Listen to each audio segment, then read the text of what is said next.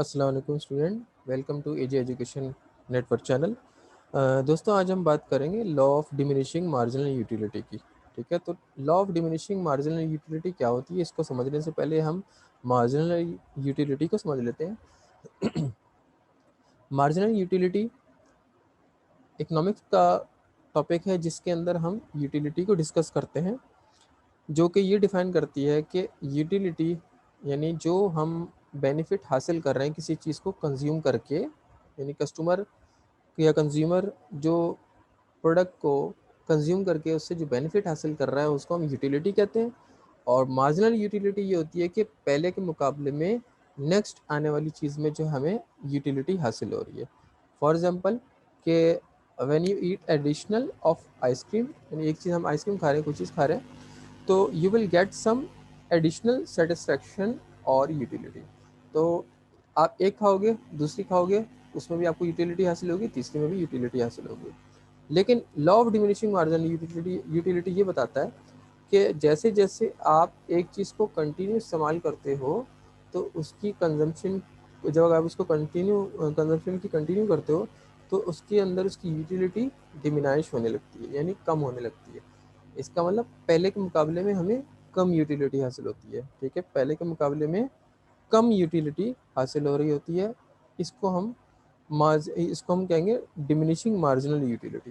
यानी marginal utility तो ये हो गया ना कि पहले के मुकाबले एक यूनिट को इस्तेमाल कर रहे हैं, उससे बाद वो दूसरा यूनिट इस्तेमाल कर रहे हैं, तो दूसरे यूनिट में पहले के यूनिट के मुकाबले में जो यूटिलिटी हासिल हो रही है उसको मार्जिनल यूटिलिटी कहेंगे। और वो पहले से कम रेट से हासिल हो रही है तो उसको हम डिमिनिशिंग मार्जिनल यूटिलिटी कहेंगे। जिसके हम एग्जाम्पल से समझ लेते हैं कि जैसे हमने कोई फ्रूट हम खा रहे हैं बनाना, फर्स्ट यूटिलिटी हमारी जो है उस पर 12 है। ठीक है, टोटल यूटिलिटी। और मार्जिनल यूटिलिटी भी क्या होगी, 12 ही होगी। अब सेकंड पे क्या हो गई, ये टोटल यूटिलिटी 21 हो गई, टोटल 21 है, लेकिन पहले के मुकाबले में अब जो यूटिलिटी हासिल हुई है दूसरे यूनिट में हम लोगों को 9 हुई है, यानी कम हासिल हुई है। इसी तरह थर्ड में 6 हासिल हो गई, फोर्थ में 3, फिफ्थ में 0 हो जाएगी, और सिक्स में जो है वो -3 में चली जाएगी।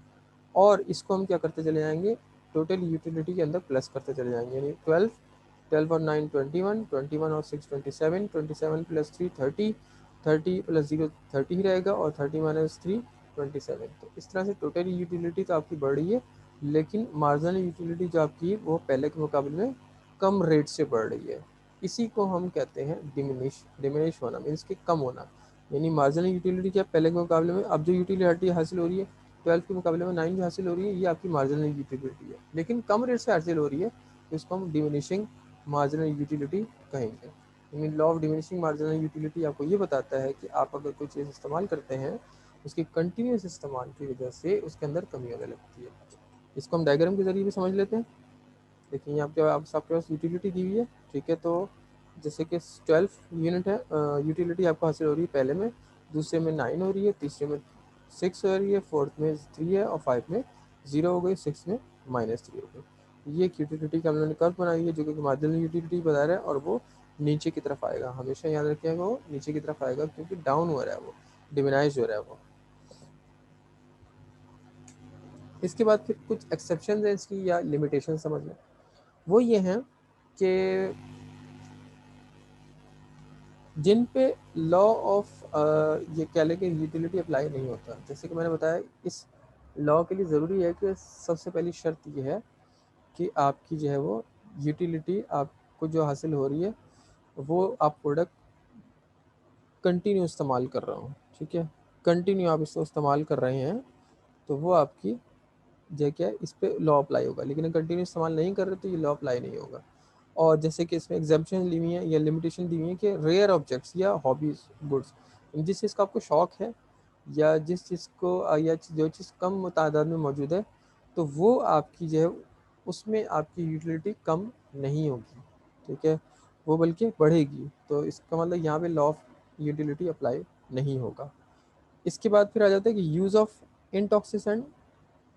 ये क्या है कि is not in case of intoxicant such as wine and heroin, यानी कि अगर कोई नशे की चीज़ है तो उस पर भी लॉ अप्लाई नहीं होगा। लस्ट ऑफ पावर, अगर आपको पावर का या पैसे कमाने का जो है या फेम हासिल करने का एक शौक है, तो वो भी ख़त्म नहीं होगा। अजम्पशंस क्या क्या हैं कि कंडीशन ये है कि इनमें तो था कि अब इन पे लॉ अप्लाई होगा ही नहीं, और ये आपकी अजम्पशन, ये कंडीशन है कि जिन पे ये लॉ आप जो है अप्लाई होने के लिए ये कंडीशन होनी चाहिए कि all the units of given goods must be identical in quantity and quality. इसके आप उस चीज़ जो आप प्रोडक्ट इस्तेमाल कर रहे हो, जो चीज़ इस्तेमाल कर रहे हो उसको कंटिन्यू इस्तेमाल कर रहे हो और क्वालिटी उसकी सेम हो, तो आपका जो है वो ये लॉ आप पे अप्लाई होगा। नंबर 2 ये कि टेस्ट, हैबिट, कस्टम, टेस्ट है, फैशन है, ये जो है चेंज नहीं होना चाहिए। कंज्यूमर की इनकम चेंज नहीं होना चाहिए, वो भी सेम रहनी चाहिए। Units of goods should be consume in succession at one particular period. और जो भी हम चीज़ हासिल कर रहे हैं, जो भी चीज़ यूज़ कर रहे हैं, वो एक ही क्वांटिटी में हो और एक ख़ास पीरियड में हो। ऐसा नहीं है कि हमने एक चीज़ खाई और उसके बाद दूसरी चीज़ जो है वो 5 घंटे बाद खा रहे हैं, तो ऑटोमेटिकली हमारी यूटिलिटी बढ़ चुकी होगी, कम नहीं होगी, तो ये लॉ अप्लाई नहीं होगा। The price of goods and its substitute must remain unchanged, और उसके जो सब्सटीट्यूट गुड्स है वो भी अनचेंज होनी, रिमेन अनचेंज मीन्स कि उसके अंदर भी कोई तब्दीली नहीं होनी चाहिए। तो ये थी अजम्पशन या कंडीशन। ये था हमारा आज का टॉपिक। उम्मीद है आप लोगों को पसंद आया होगा। मेरे चैनल को लाइक करें, सब्सक्राइब करें। Thank you.